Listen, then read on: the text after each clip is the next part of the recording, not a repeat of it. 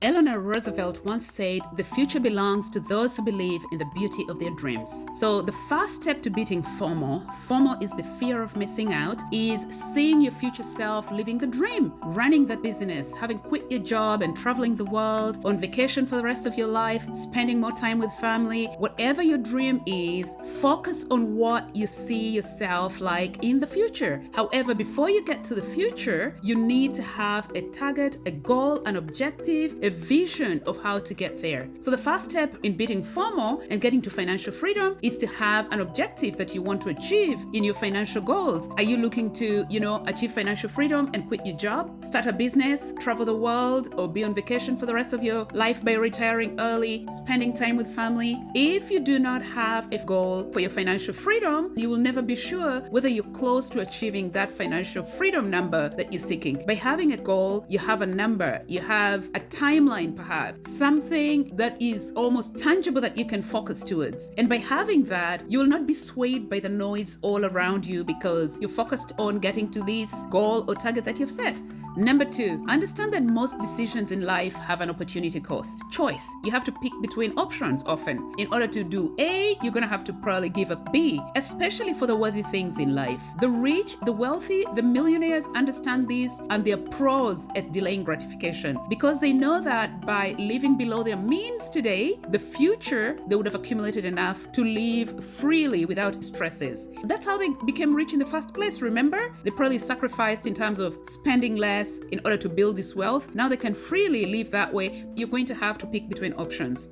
You've heard the expression, you can't eat your cake and have it too. The same of most situations in life. Here is an example. FOMO wants you to buy that $16,000 designer bag, a Chanel perhaps, with taxes a brand new, a Jumbo Classic handbag. But if you invested that money in the market today, what would it become 10 years down the line? You say, well, I have a good paycheck. I'm already saving $400 every paycheck. Why should I not get myself the $16,000 handbag because I bring in more than 6 figures? I found a really good investment calculator online. Let's look at what could happen if you decided not to buy the $16,000 handbag today and decided to put that money in the market instead. So the handbag costs $16,000, including tax. And then because you say you're already saving $400 a month, let's say you continue to save $400 or to invest that, not per month, every paycheck. Let's say you're putting away $400 every paycheck. So let's continue to contribute $400 every paycheck. And let's say you're going to put the $16,000 in the stock market. And the stock market has returned an average of 10% historically. So a return of 10%. And yes, compounding monthly.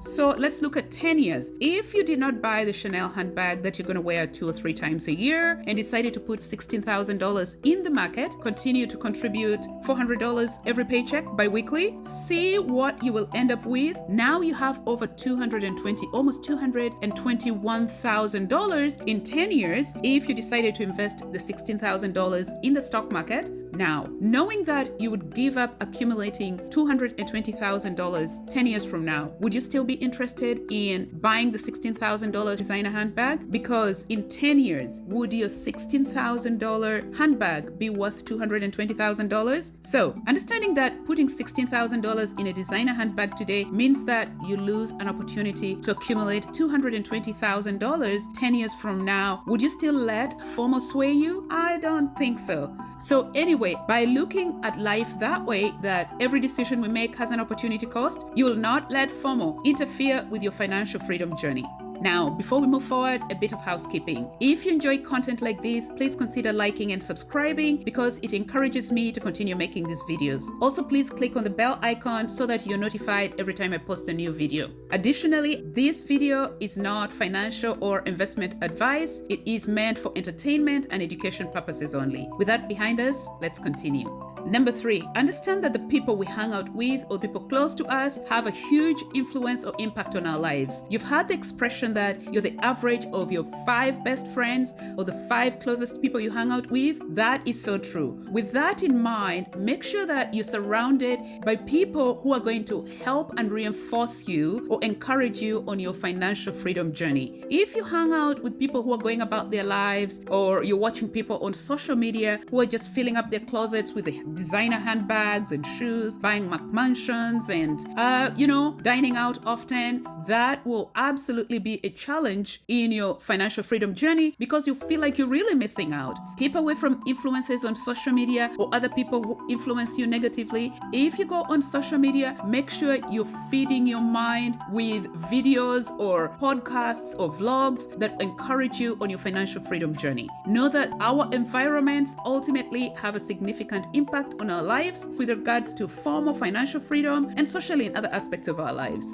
If you have family and friends, obviously we can't always separate ourselves from family and friends, but if you find that your family and friends are not seeking the same path as you, consider finding other friends, perhaps online. There's so many people online who are sharing their financial journeys, turning their financial fortunes around from debt to, to zero to building wealth. Yes, those should encourage you. If you can see them achieving their goals, perhaps you will learn some tricks from them. Be encouraged seeing people who started in places that were much dire than you turn their fortunes around and build wealth.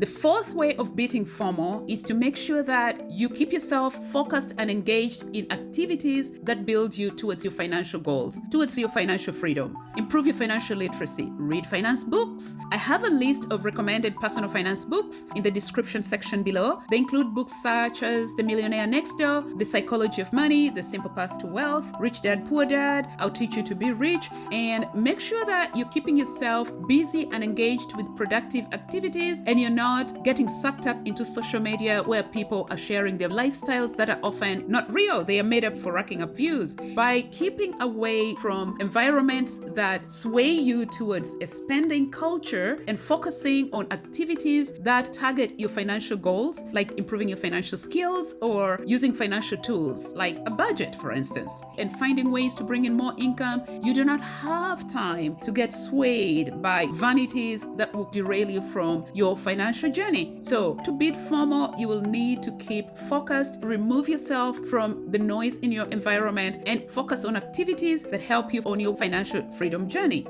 The number 5 way to beat FOMO is to have quantifiable or SMART targets towards your financial goals. SMART is an acronym for goals that are specific, measurable, achievable, relevant, and time-bound. If you have a time frame of, say, 8 years or 10 years towards achieving your financial freedom goal, you will mentally find that any sacrifices that you're making today is for a limited time period. Then you will live your financial life guilt-free because you have set groundwork that will allow your wealth to continue growing almost hands off. If you have accumulated wealth of, say, $100,000, you know that compounding begins to take more notable effect. And so if you decide that over the next 6 years, I need to get to $100,000, maybe I need to buy a house, by having those measurable targets, once you achieve those targets, you will start to relax a little bit. By setting SMART goals, especially time limits, you will understand that any intense focus towards financial goal is temporary so that you get to a more permanent enjoyment over the long term by attaining what you consider to be financial freedom.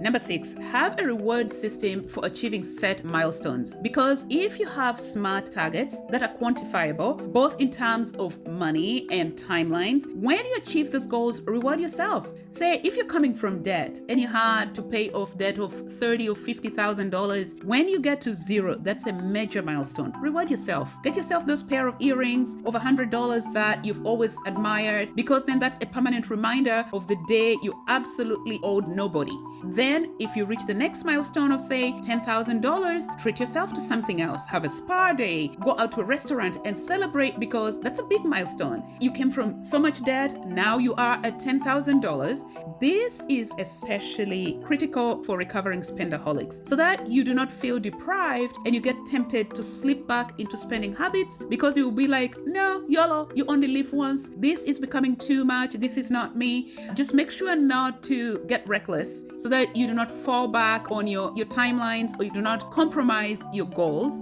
By having this reward system in place, you will keep motivated to keep walking towards your financial freedom goal, knowing that once you achieve your financial freedom goal, you will start to have little extra indulgences, but you will have financial insecurity behind you. You would have achieved your goal, perhaps quit your job, saved enough to take that 2 or 3 year sabbatical from the rat race. Perhaps you'd have set up your business. Anyway, I hope you enjoyed this video and found it helpful. If you did, please consider liking and subscribing. Thank you for watching.